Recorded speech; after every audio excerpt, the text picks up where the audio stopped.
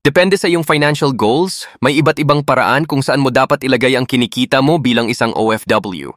Narito ang ilang mungkahi. 1. Emergency fund. Magtabi ng savings na kayang tustusan ang gastusin mo sa loob ng 3-6 buwan sakaling mawalan ka ng trabaho o may bigla ang pangangailangan. Ilagay ito sa isang high-interest savings account para madaling ma-access. 2. Investments. Para lumago ang pera mo, maaari kang mag-invest sa stock market. Kung may sapat kang kaalaman, maaari kang mamuhunan sa mga blue-chip stocks or index funds, mutual funds, UITFs. Magandang option ito kung gusto mo ng professional na pamamahala ng iyong pera.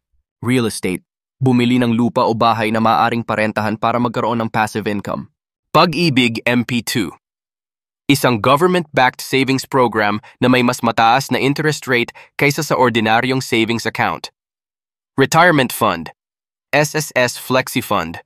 Peso Fund, para sa mga OFW na nais mag-ipon para sa kanilang pagre-retiro. VAL, Variable Universal Life Insurance. Insurance na may kasamang investment component, business, side hustles. Kung gusto mong magkaroon ng dagdag na kita, maaari kang magtayo ng negosyo sa Pilipinas na pinapatakbo ng pamilya mo o ng pinagkakatiwalaang tao. Education Fund, kung may anak o kapatid kang pinag-aaral. Ilagay ito sa isang educational savings plan o sa isang separate high-interest account upang matiyak na magagamit ito sa tamang panahon. 6. Debt repayment.